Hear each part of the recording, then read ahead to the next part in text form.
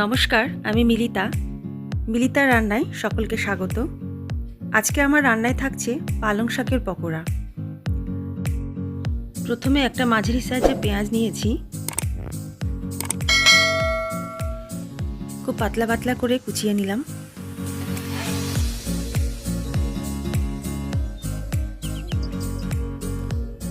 আর দিচ্ছি একটা কাঁচা লঙ্কা। যেহেতু ঝাল কম খাই আমরা, তাই একটা কাঁচা লঙ্কা দিয়েছে, আপনারা প্রয়োজনে বেশি দিতে পারেন। এবার পালং শাক কুচিয়ে নেব। এই পালং শাক আমার বাগানে আমি লাগিয়েছিলাম, তো সেখান থেকে কুচি কুচি পালং তুলে নিয়ে ভালো করে ধুয়ে নিয়েছি। খুব ছোট ছোট করে পালং শাকটা কুচিয়ে নিচ্ছি।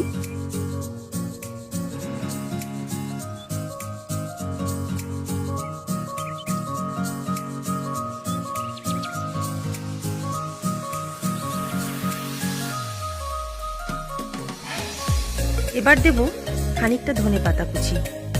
ধনেপাতাটাও খুব ছোট ছোট করে টুকরো করে নিচ্ছি।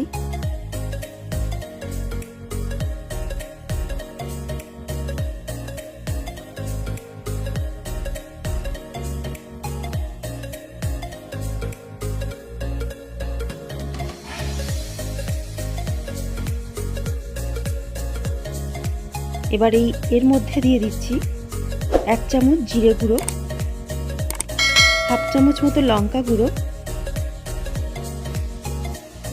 আর দিয়ে দেবো পরিমাণ মতো লবণ। এবার দিচ্ছি সামান্য পরিমাণে চিনি, আর অল্প পরিমাণে দিলাম কালো জিরে। এবার 1 টুকরো আদা নিয়েছি, 1/2 ইঞ্চি মতন, সেটা ভালো করে গ্রেট করে দিয়ে দিলাম।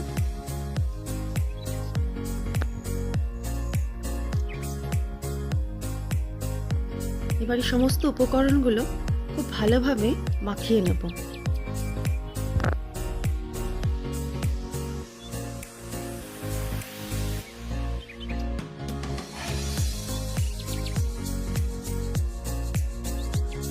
সব উপকরণগুলো খুব ভালোভাবে মিশিয়ে নেওয়ার পর এতে দিয়ে দেবো 1 চামচ চালের গুঁড়ো, 2 চামচ বেসন,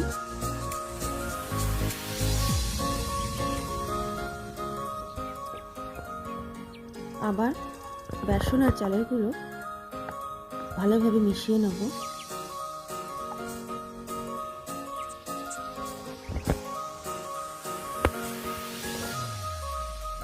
একটু আমরা জল দেবো না এতে, কারণ পালং শাক থেকে যেটুকু জল বেরিয়েছে সেই জলেই আমরা এটাকে মেখে নেবো ভালো করে। এবার কড়াইতে তেল দিয়ে তাতে আমরা একে একে পকোড়ার মতন করে ভেজে নেব।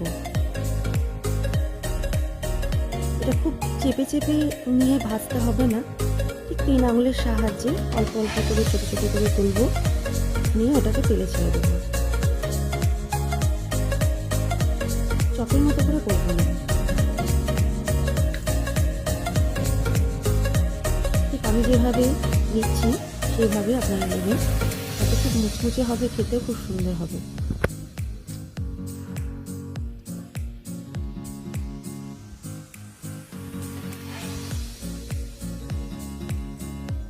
খুব ভালোভাবে লাল লাল করে ভেজে নেব, মুচমুচে করে।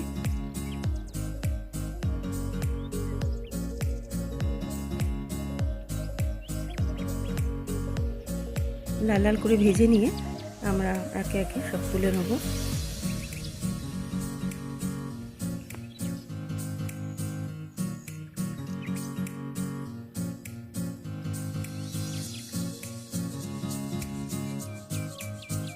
এভাবে বাকি যেটুকু ছিল সেটুকু আমরা ভেজে তুলে নিচ্ছি।